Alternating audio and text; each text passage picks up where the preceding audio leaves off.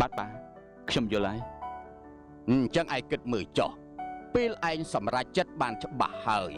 ចាំប៉ាចូលស្ដីដណ្ដឹងឲ្យប៉ាទៅចំការហើយណ៎បាត់ប៉ា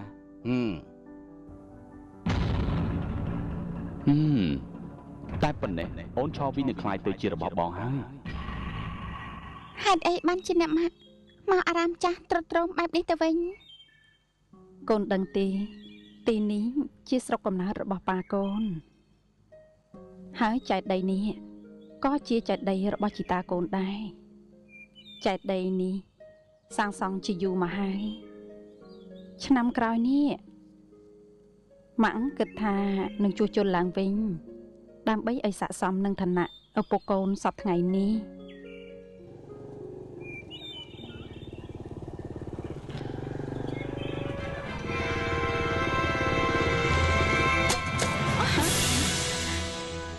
តើពួកឯងចង់ធ្វើអីយើងគ្មានគំនុំជាមួយពួកឯងទេតើឯងចង់បានអី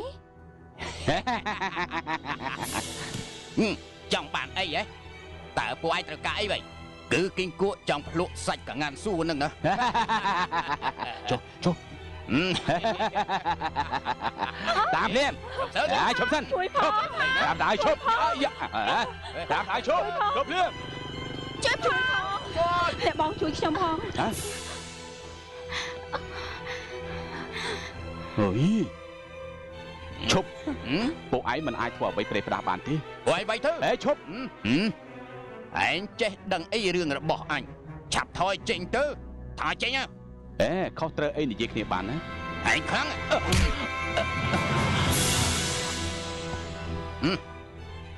អញមិនចេះកាត់ជាកូនមិនអីទេកាត់ជាម៉ែកូនមិនអីទេ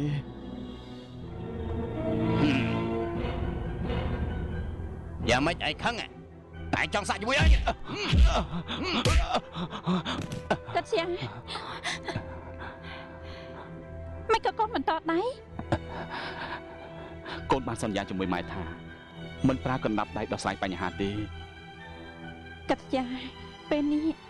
ម៉ែអនុញ្ញាតឲ្យកូនប្រើកណ្ដាប់ដៃការពារជនរងគ្រោះហើយបាទម៉ែអញឲ្យវាយហើយចាអញ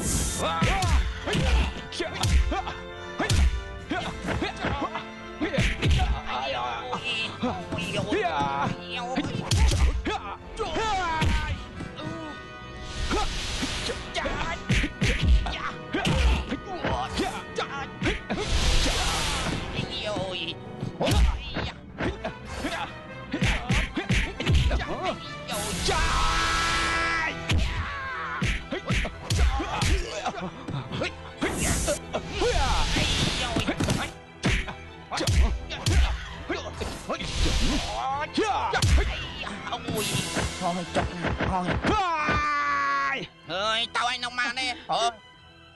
កូនមិនអីទេកូនមិនអីទេម៉ែនាងខ្ញុំអរគុណបងប្រុសនិងអ៊ំស្រីខ្លាំងណាស់ក្មួយប្រុសមីងធ្លាប់ជួបក្មួយនៅកន្លែងណាម្ដងខ្ញុំមិនចាំទេណាមីងអ្នកបងខ្ញុំលាសិនហើយខ្ញុំលាសិនហើយតោះឆាវីតោះកូនយើងទៅផ្ទះវិញបាទម៉ែរឿងសម្ដែងលេងកាពីម្សិលមិញនោះវិសនឹងវាន់កតែមិនអីទេមួយរយៈពេលនេះពួកឯងក៏មកជួបយើងឲ្យសោះក្រែងលោកបៃកា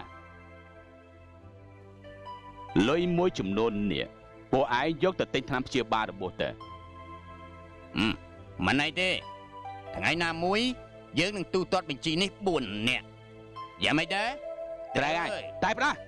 ពួកឯងមិនត្រូវធ្វើអញ្ចឹងទេព្រោះវាជាកីឡាប្រដាល់ជម្រើសជាតិណាអញ្ចឹងតើឲ្យពួកយើងធ្វើយ៉ាងម៉េចទៅទុកឲ្យវារួចខ្លួនអញ្ចឹងហ៎មិនមែនអញ្ចឹងនោះទេរឿងនេះវាតូចតាចទេតែពួកឯងកុំធ្វើអ្វីប្រេះផ្ដាស់បង្ករឿងធំដល់យើងឲ្យសោះណានៅឲ្យស្ងប់ចិត្តចុះទៅពួកយើងតោះយើងតោះ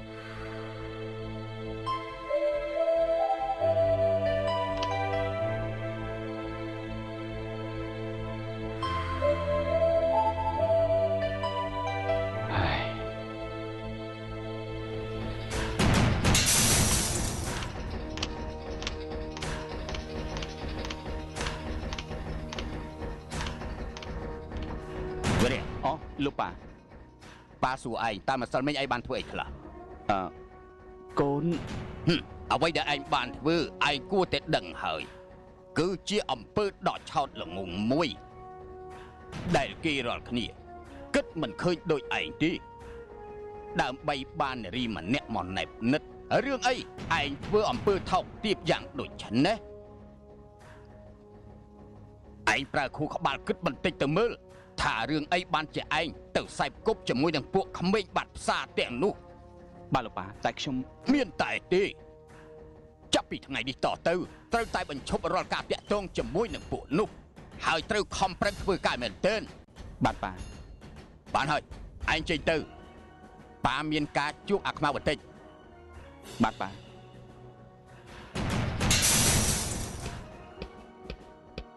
លបងមានកាយអាខ្មៅឯងអង្គុយចុះមកយើងមានការងារខ្លះចង់ពិភាក្សាជាមួយនឹងឯងនៅថ្ងៃអាទិត្យខាងមុខនេះ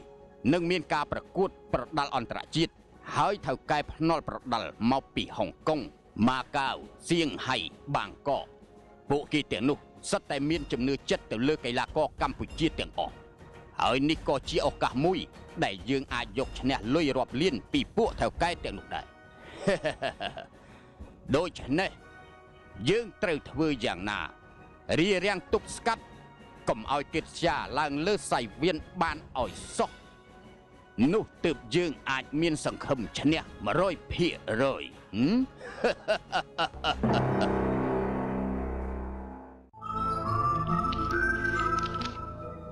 យើងសូមប្រមានឯងជាចុងក្រោយបើឯងមិនចង់បាត់បង់កូនប្រុសម្នាក់ទៀតទេត្រូវហាមកូនកុំឲ្យឡើងប្រកួតលើសៃវៀនឲ្យសោះប្រយ័ត្នដូចប្តីឯងកាលពី10ឆ្នាំមុន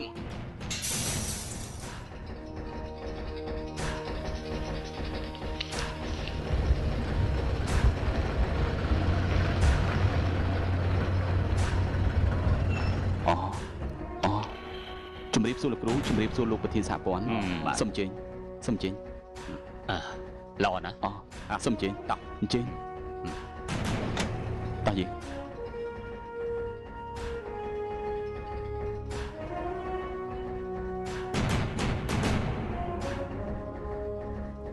ម៉ែ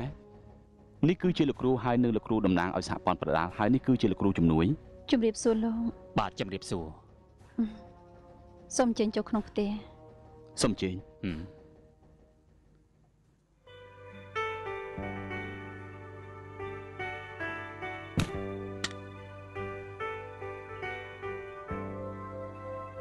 សូមឲ្យ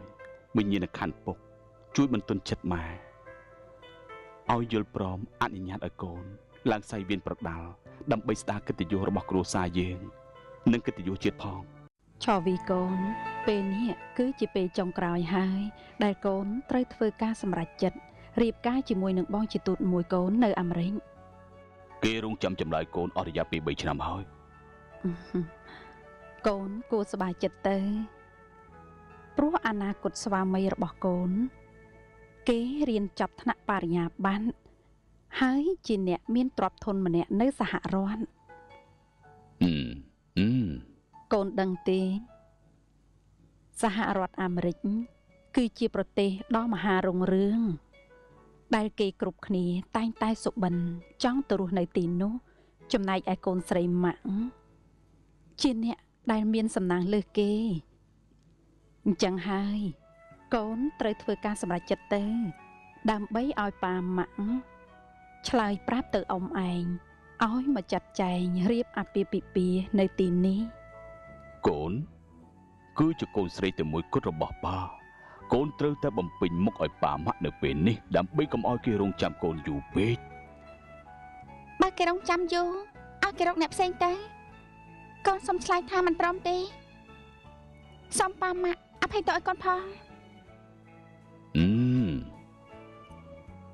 3ដងហើយឲ្យទៅហៅសួរវារឿងគូសកលវាតែបកាច់បែបនេះរាល់លើកឥឡូវនេះអូនឯងគិតយ៉ាងម៉េច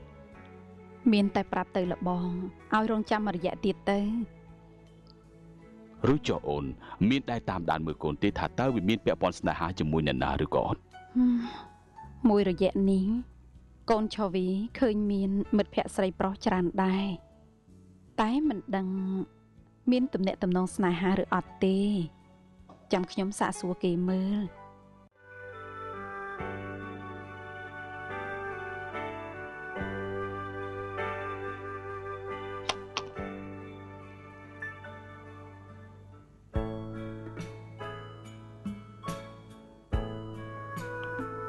យ៉ាងមិនទៅឲ្យរឿងហ្នឹងលោកគ្រូគ្រូខំបញ្ចុះបញ្ចូលបញ្យល់សពបែបយ៉ាងហើយតែម្ដាយឯងនៅតែមិនព្រមទៀតហើយបញ្ហាសំខាន់ដែលយើងកំពុងតែព្រួយបារម្ភនោះគឺឈ្មោះរបស់ឯងបានបញ្ជូនទៅគណៈកម្មការប្រដាល់អន្តរជាតិរួចទៅហើយមិនអាចធ្វើការផ្លាស់ប្ដូរបានទេខ្ញុំក៏មិនចង់អញ្ចឹងដែរតែធ្វើម៉េចខ្ញុំនឹងខំព្យាយាមសុំការអនុញ្ញាតពីគាត់ថែមទៀតកិត្យាគ្រូសង្ឃឹមថា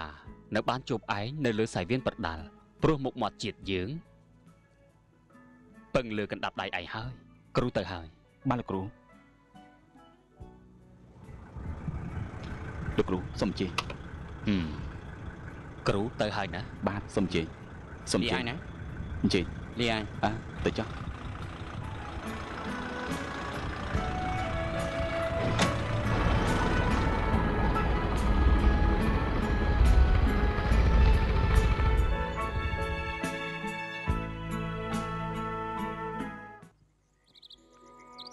ហេតុអ្វីបានជាម្ដាយបងមិនយល់ព្រមឲ្យបងឡើងប្រដាល់ហើយរឿងនេះវែងឆ្ងាយណាស់ម្ដាយខ្ញុំធ្លាក់ខ្លួនជាស្ត្រីមេម៉ាយព្រោះតែរឿងប្រដាល់នេះពីមុនឪពុករបស់ខ្ញុំជាកីឡាករប្រដាល់ខ្សែក្បាត់មាសតែនៅទីបំផុតគាត់ត្រូវស្លាប់ក្រោមកណ្ដាប់ដៃក្រុមសង្គមងងឹតដោយពួកវាគំរាមបង្ខំពុករបស់ខ្ញុំឲ្យធ្វើជាចាញ់ខុសពីឆន្ទៈពិតរបស់គាត់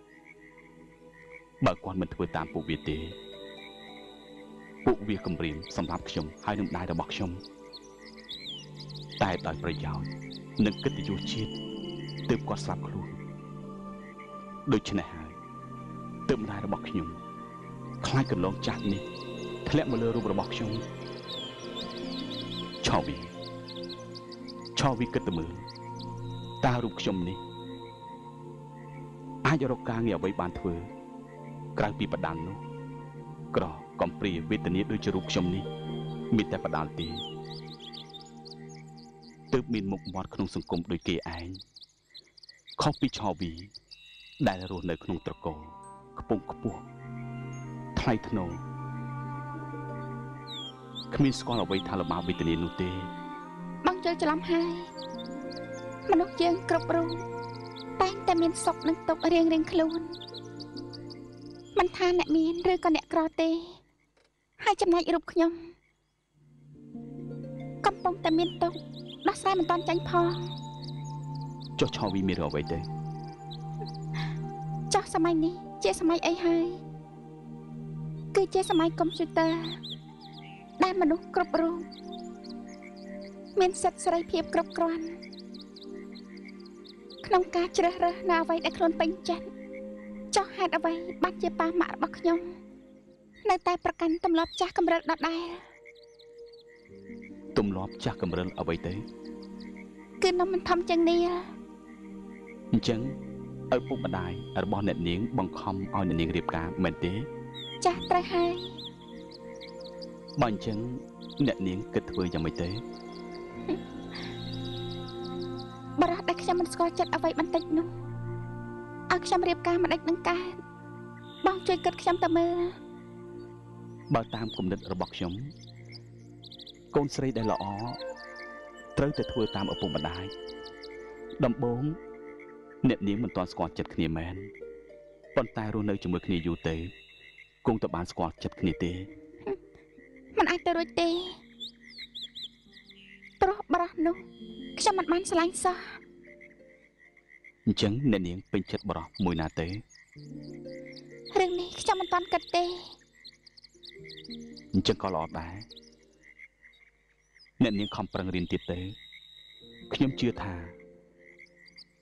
អ្នកនាងនឹងបានជួបបរិះដែលអ្នកនាងពេញចិត្តនៅថ្ងៃណាមួយជាមិនខានទេ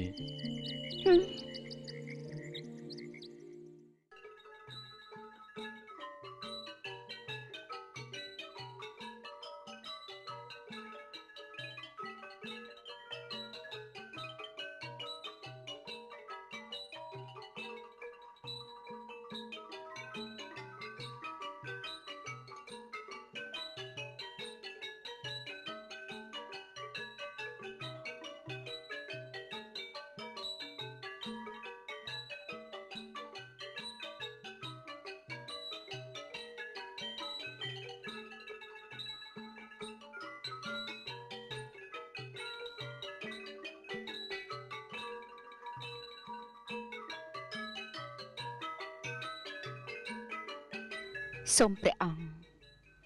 មេត្តាជួយផ្ដល់កម្លាំងចិត្តកម្លាំងកាយដល់តារាកូនខ្ញុំម្ចាស់ដែលនឹងត្រូវឡើងសាយវានប្រកួតតំណាងឲ្យជាតិខ្មែរទាំងមូល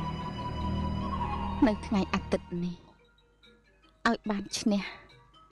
ដើម្បីលើកដំកើងកិត្តិយសជាតិនិងក្បាច់គុណខ្មែរដែលល្បីល្បាញយូរលង់ណាស់មកហើយដល់ធូបតកូន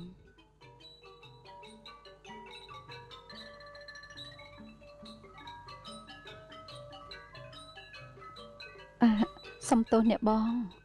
កូនប្រុសអ្នកបងជាកីឡាប្រដាល់មែនទេចា